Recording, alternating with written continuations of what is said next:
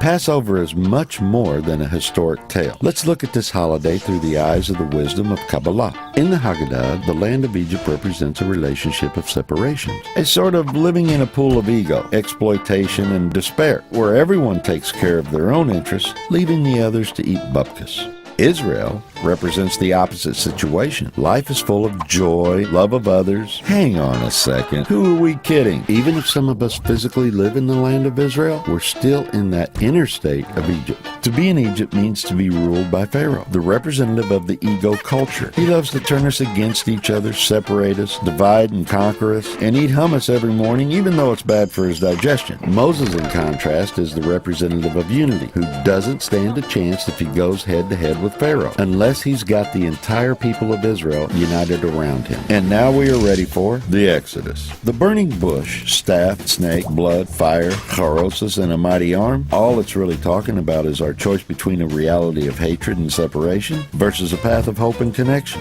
Because that is how it always worked. Either Pharaoh is ruling over you, or you lend a hand to Moses. And it's true even now. Let's take our government system, for example. Public representatives and political parties allow the Pharaoh to party without restraint, fighting, insulting, and backstabbing. This is exactly the state called Egypt. But if we decide to look for unity above everything, we will awaken Moses and see that it is possible, coming out of Egypt towards Israel, toward connection and inclusion of everyone, above all the rifts and differences. Let's face it, it's not going to be simple. We have to learn how to bite the bullet, swallow a few frogs, and make some concessions, like a family, because that's what we really are, what we've always been, one big extraordinary family. And the nice thing is that once we begin to think this way, we'll begin to feel this way, because to be truly free means to be together as one.